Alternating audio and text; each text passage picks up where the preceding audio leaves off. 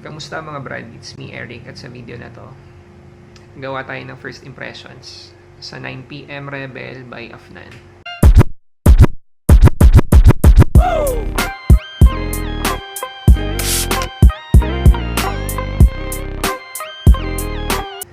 Kadadating lang nito today. Nagamit ko na siya ngayong araw. Pero hindi kasi enough yung isang gamitan para makapagbigay ng fair na review. So para sa akin kulang kasi yun eh.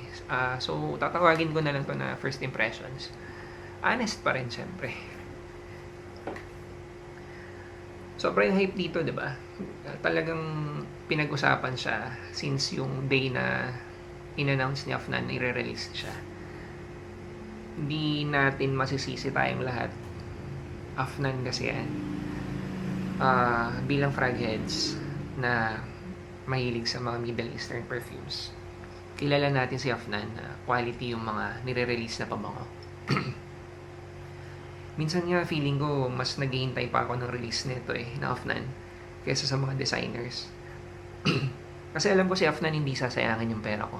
So, tapos nakasulat pa 9pm. Isa sa mga pinakagamit kong pabango yan, 9pm. So, parang considered as flanker siya 'di ba?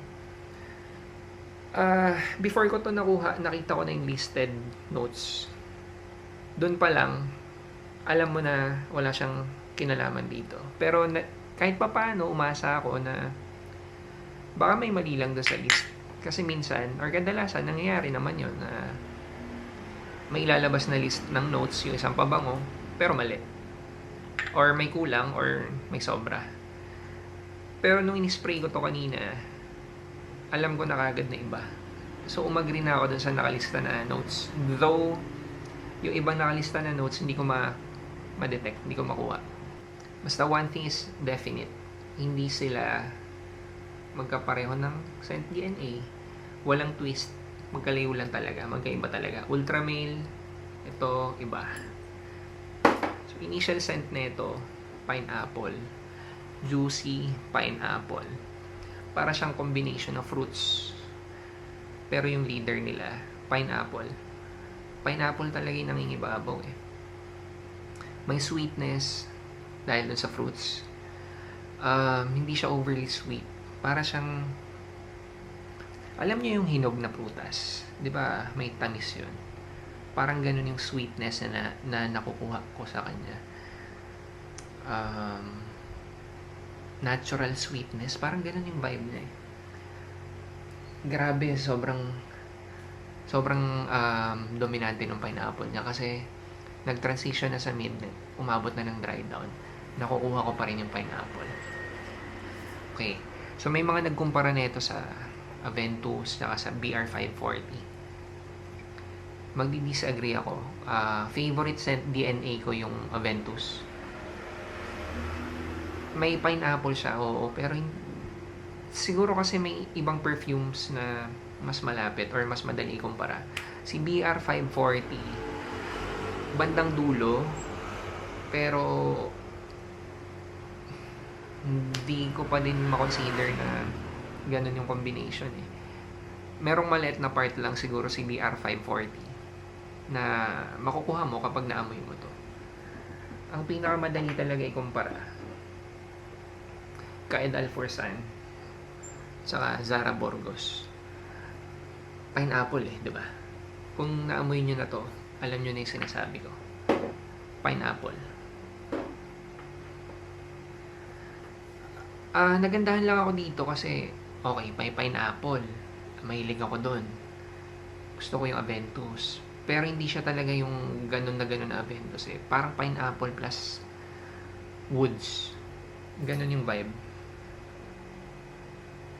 May oak moss pa lang nakalista sa notes niya pero hindi ko yun makuha. May vanilla, pwede, oo, pwede.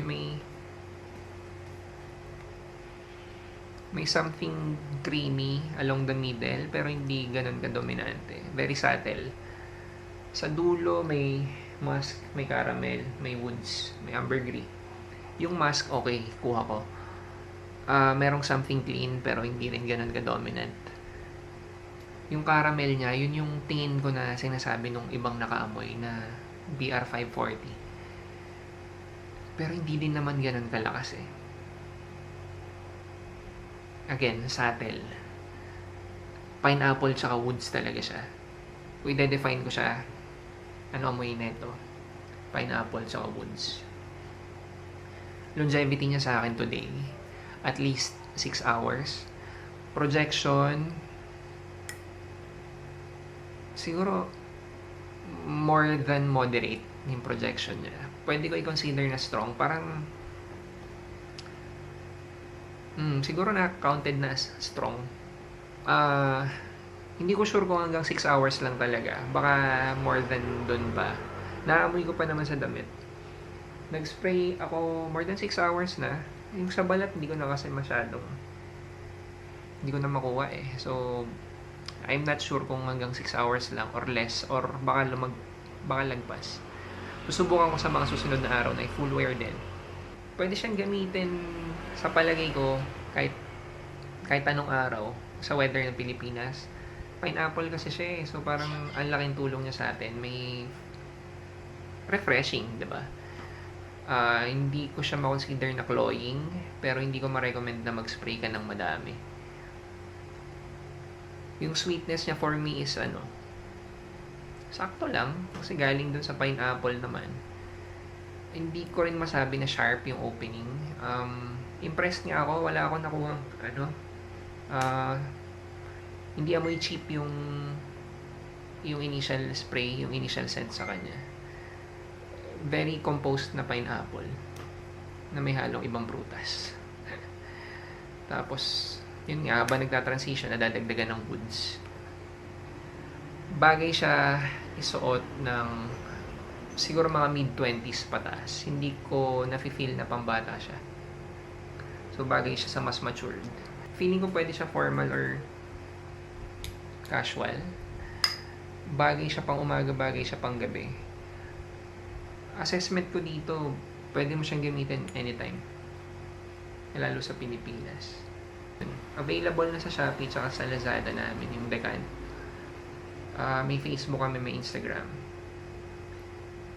Kung naamoy nyo na, lagay nyo nga sa comment section kung ano yung feedback nyo. Kung pareho ba tayo or magkaiba. Hindi ko lang masuggest na i-blind buy, no? Kasi siguro yung kino-consider ko yung age na babagayan niya. Feeling ko kasi part ng hype yung mga bata. Pero tingin ko kasi hindi siya bagay sa younger market.